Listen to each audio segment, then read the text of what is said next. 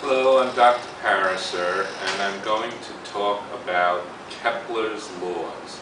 Kepler formulated these laws about in the 1600s, and specifically what he came up with was a formula that said that the square of the period divided by the cube of the radius is constant for all orbiting bodies. And I'd like to pose the problem and derive that formula. Let's assume that we have the sun and we have the earth. And the earth is going around the sun. Now, actually, when the earth goes around the sun, it's an elliptical orbit. For this derivation, we're going to assume it's a circular orbit. It's pretty good for all the orbiting planets. Although they're elliptic, they're very close to circles. Now, the force on the Earth, well, the Earth, let's assume, is traveling with the speed v. And the force on the Earth, holding the Earth in orbit, is the gravitational force.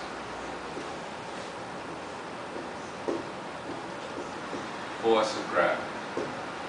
Now, from Newton's laws, we have the sum of the forces equals the mass times the acceleration. Now, there's only one force on the Earth, and that's the gravitational force. And that's equal to the mass of the Earth times the acceleration. Well, when you go around in a circle, the acceleration is equal to v squared over r. And so this is equal to m v squared over r. The gravitational force is equal to the gravitational constant times the mass of the sun times the mass of the earth divided by r squared, where r is the distance from the square from the center of the sun to the center of the earth. Now, at this point, looking at this equation, you see that the mass of the earth is on this side and the mass of the earth is on that side. And so if we divided by the mass of the earth, what we would get was g times the mass of the sun over r squared equals v squared over r. Now, at this point, if you're looking at mathematics, you might say, well, let's divide r here and let's divide r here. But that's not what Kepler did. Kepler looked and said, let's take the Earth, and the Earth is going around the sun, and what's the distance? So the distance is the circumference, and that's equal to 2 pi times the radius. Now, how long does it take the Earth to go around the sun? It takes 1 year. So the velocity, the speed times the time for one trip around, is equal to 2 pi times the radius.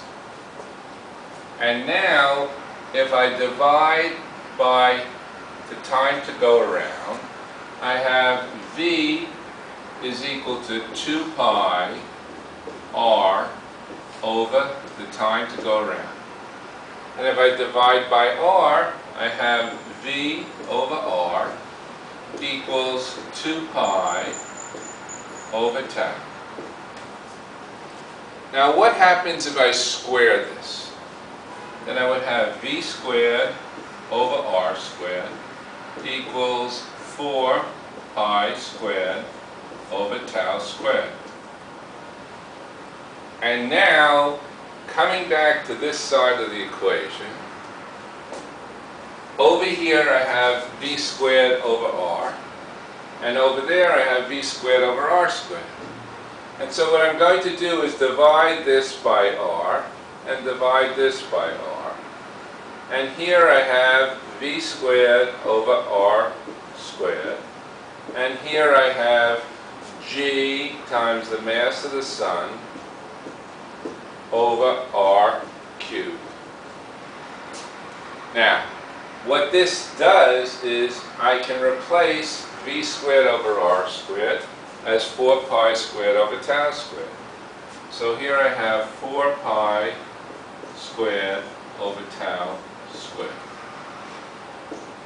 Now, if this is equal to this, if I put the tau squared up here and this down here, then what I get is tau squared over r cubed is equal to 4 pi squared over g times the mass of the sun.